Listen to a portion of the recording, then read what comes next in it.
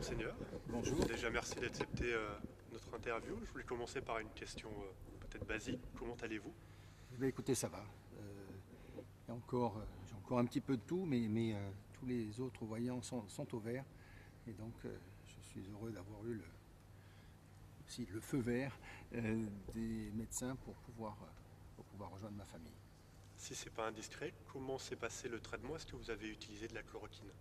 Non, non, je n'ai pas eu besoin d'aller vers ce traitement. Il y a eu bien sûr une surveillance journalière, il y a eu les moyens traditionnels,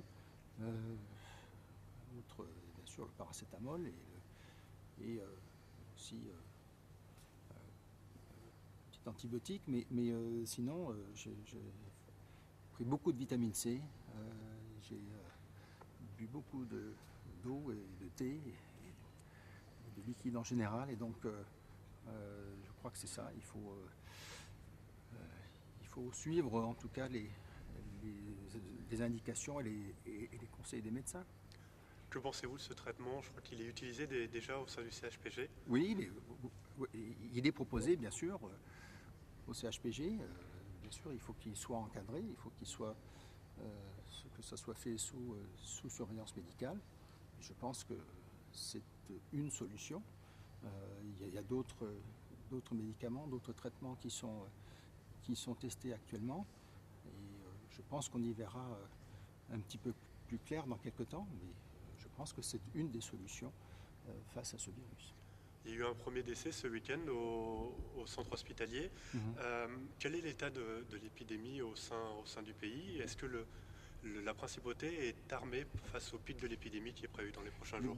Écoutez, je crois que tout semble pointer vers cela, vers le fait que nous sommes tout à fait prêts, que le CHPG est tout à fait prêt à faire face à une augmentation du nombre de cas, et du nombre de cas un petit peu plus graves. Vous savez qu'il y a une cinquantaine de cas qui sont actuellement en principauté. La plupart sont à domicile et donc n'ont pas des symptômes graves ou alarmants. Il y a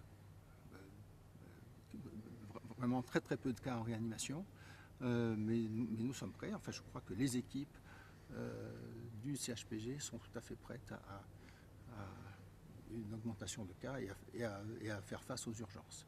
Si les hospitalisations venaient à s'accroître dans les prochains jours, les prochaines semaines, est-ce qu'on peut envisager un partenariat ou une collaboration entre la Principauté et la France, par exemple entre le CHPG et le CHU de Nice? Cette collaboration existe déjà.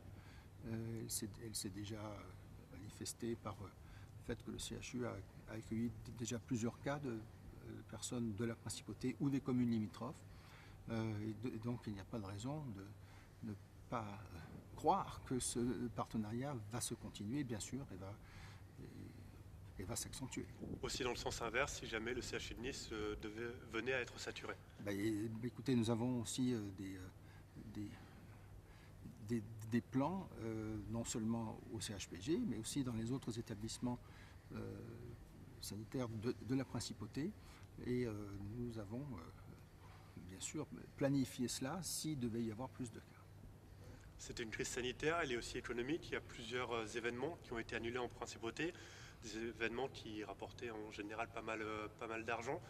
Je ne sais pas s'il y a déjà un premier chiffrage de cet impact économique de la crise. Non, il n'y a pas de chiffrage vraiment très précis. Bien sûr, ça va se situer sur plusieurs centaines de millions quand on fera le compte. Mais l'essentiel, bien sûr, nous sommes en train d'évaluer tout cela et d'apporter, le gouvernement a déjà pu apporter quelques réponses sur différentes aides et différents paquets, si vous voulez, d'aide au commerce, à l'industrie, à différents secteurs de l'économie pour les aider à surmonter cette crise. Mais je crois qu'on y verra un petit peu plus clair dans quelques temps. Monaco pourra résister à cette mise à l'arrêt, à cette crise économique? Écoutez, nous sommes, comme beaucoup d'autres pays, face à une crise inédite. Et donc, il va falloir s'adapter, il faut mettre les mécanismes en place pour pouvoir faire face. Mais nous devons faire face et nous allons trouver les réponses adaptées pour surmonter cette crise, tant sur un point de vue sanitaire que sur un point de vue économique. Je voulais aborder aussi un volet social. Avant le début du confinement, il y a eu plusieurs salariés dans une même entreprise qui ont été licenciés avec l'article 6. Quelle est votre réaction par rapport à cela? Bien sûr que j'ai été outré par cela. Je pense que tout le monde l'a été.